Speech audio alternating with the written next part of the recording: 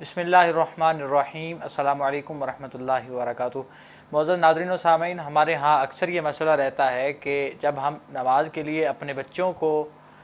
मसाजिद के अंदर लेके जाते हैं तो हमें अक्सर ये मसला पेश आता है कि जो इमाम मस्जिद होते हैं या जो खुतबा होते हैं वो इस बात से मना करते हैं। अक्सर ये होता है कि अपने बच्चों को मसाजिद के अंदर लेके ना आया जाए, बच्चों को घरों में छोड़कर फिर मस्जिद के अंदर आया जाए।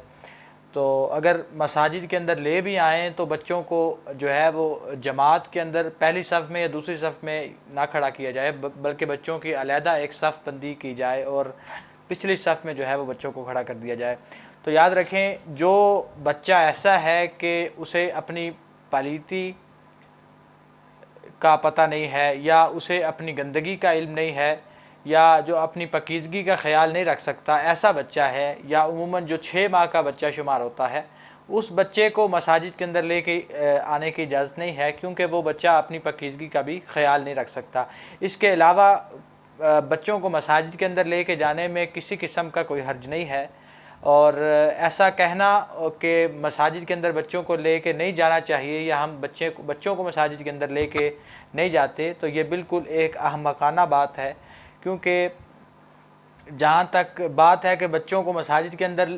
ना लेके जाया जाए, तो अगर बच्चों को, मुसलमान बच्चों को मसाजिद के अंदर लेके नहीं जाया जाएगा तो क्या उन्हें सिनेमा हॉल लेके जाया जाएगा? क्या उन्हें किसी फ़िल्म और ड्रामे की इंडस्ट्री में लेके जाया जाएगा? एक मुसलमान बच्चे की जो बचपन होता है बच्चे का, बिलखुसूस एक मुसलमान बच्चे का, तो उसका जो मेन परवरिश का मरहला होता है वो होना तो ये चाहिए कि मुसलमानों की जो एक बड़ी बुनियादी इल्म की दरसगाह है मस्जिद के अंदर लेके जाया जाए। तो अगर मस्जिद के अंदर ही लेके नहीं जाया जाएगा तो एक मुसलमान बच्चे को कहाँ लेके हम जाएंगे? तो मुसलमान बच्चे को बिलखुसूस के जो अपनी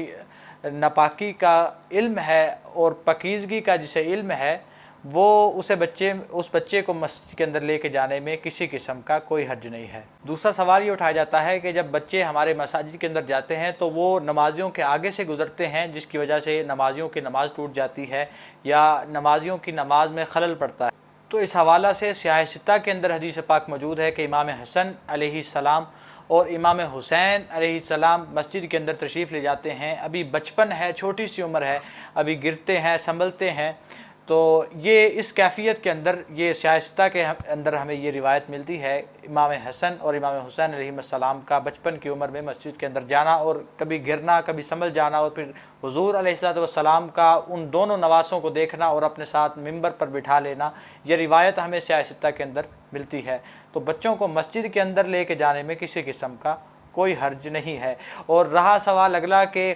जब बच्चों को मस्जिद के अंदर लेके जाएं तो क्या उन्हें पहली सफ़ में खड़ा किया जाए या उन्हें उठा के पीछे जो है आखिरी सफ़ में खड़ा कर दिया जाए या उनकी बच्चों की एक नई सफ़ बना दी जाए?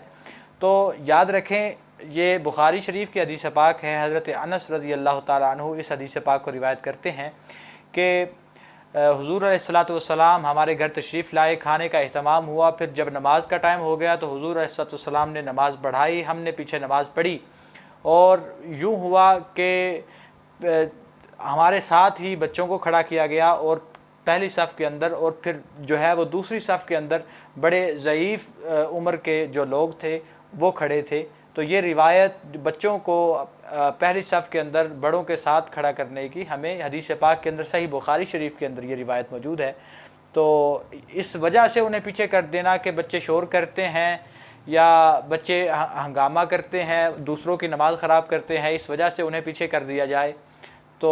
मैं समझता हूँ कि अगर वो अगली सफ़ में अपने बड़ों के साथ, जिनके साथ मसाजिद के अंदर वो आते हैं, अगर उनके साथ खड़े होकर वो शोर करते हैं या हंगामा करते हैं, तो अगर उन्हें अलहदा कर दिया जाए, दूसरे बच्चों को साथ मिला दिया जाए, एक टोला उनका बना दिया जाए, तो फिर तो मज़ीद जो है वो एक जंग का आलम हो जाएगा। क्योंकि जब बच्चे आपस में मिल जाएंगे तो ना कि ये कि उनके शोर शराबे में, उनकी शरारतों में किसी किस्म का कोई फ़र्क आ जाएगा या कमी आ जाएगी, बजाय इसके वो एक अलहदा एक जंग का मरहला शुरू हो जाएगा और इससे बड़ा मज़ीद हंगामा खड़ा हो जाएगा। तो बेहतर ये है कि ना उन बच्चों को मना किया जाए कि उन्हें पिछली सफ़ में खड़ा कर दिया जाए या उन्हें पीछे भेज दिया जाए, बल्कि बड़ों के साथ उन्हें खड़ा किया जाए ताकि नमाज में एक सुकून